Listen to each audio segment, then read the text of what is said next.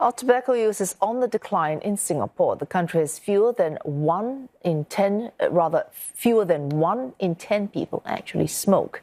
And that makes it prime for what researchers call a tobacco endgame. Singapore is among 6 high-income territories like Iceland and Norway that are well positioned for this. A study by the Swee Hock School of Public Health points to favourable factors like strong political leadership and public support, amongst others. For more analysis, I'm joined by Assistant Professor Yvette Eijk from the NUS Swee Hock School of Public Health. First, explain to me, what is tobacco endgame? What is that? So the tobacco endgame is essentially a paradigm shift. So it's this idea that instead of simply controlling tobacco use, we eliminate it altogether. And various countries have actually set official tobacco endgame targets. And typically they define this as a smoking prevalence of 5% or less. Well, Singapore has, for years now, taken a strong stance against the use of tobacco. Why are we only now looking at an endgame target, or we might have done so previously? Good question, because actually, interestingly, in Singapore, it was back in the 80s when they were trying to be a nation of non-smokers and setting very advanced tobacco measures, way more advanced than in many other countries. Whereas now, I would say Singapore isn't. I mean, the measures are advanced, but in other countries, I would say they're even more advanced, right? Countries like Australia, New Zealand and the UK that have started setting tobacco endgame targets. So yeah, I do think that there is some scope to shift more towards a tobacco endgame paradigm here in Singapore as well. But even as we I suppose, raise our game or move towards that endgame of no smokers, we are seeing perhaps young people. We just heard in the report by my colleague Nikhil taking up vaping as an example. So we can get more ambitious in our goals, but at the very same time, the target's shifting as well. Young people, for all sorts of reasons, might be more prepared to take up smoking or vaping. Are we keeping up with the temptations that younger people might face as far as tobacco use is concerned, or vaping? Yeah, I mean, the two, there's a relationship between the two issues, right? Because as the world is starting to shift more towards a tobacco endgame, tobacco companies are realizing that they have to stay in business somehow. So what we see is more and more diversification within the tobacco industry, where they start marketing these new products, right? Like vaping products.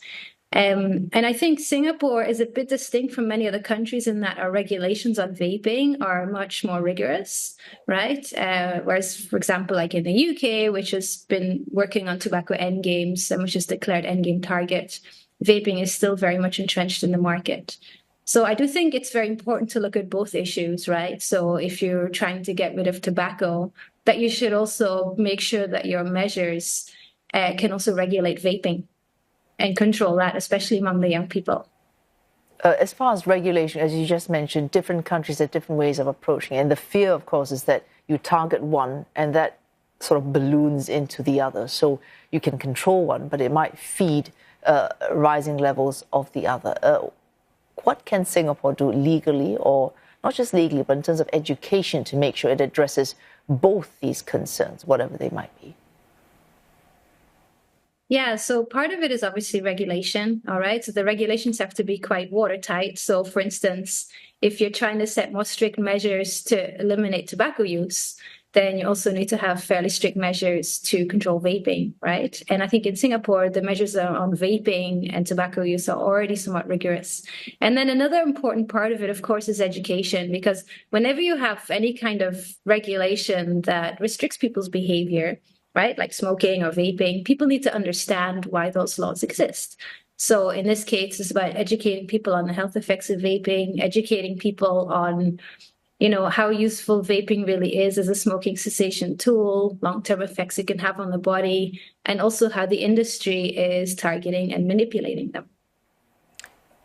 Are young people, and it is a broad question, but earlier we were looking at a report where an expert was saying young people are more susceptible to vaping because of stress, because of peer pressure, because of seeing other people doing it and being more prepared to take it on. Now it's a cliche, or perhaps it is not, that young people are more susceptible. Are they more susceptible than, say, someone who's a lot older to peer pressure? Final question.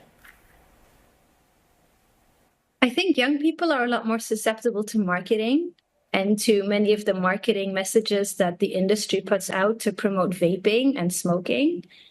So, I mean, now what we see, especially in the context of vaping, is there's so much of it being marketed and promoted on social media, right? You've got influencers vaping. You've got the vaping manufacturers putting out very colorful adverts, very appealing looking adverts, putting vaping placements in TV shows and movies and other kind of stuff. So there's a very, very intense effort to normalize and glamorize vaping among the younger generation. So I think young people are very susceptible to that kind of marketing, and it can paint this picture of vaping as being this normal, glamorous thing, when actually that whole image of it being normal and glamorous was put there by the industry. So I think also that's a very important thing that we need to educate people here on too, simply on the ways in which they're being targeted by the industry. Oh, thanks. Assistant Professor Yvette van Eijk from the NUS Swee Hock School of Public Health. Thank you for joining us.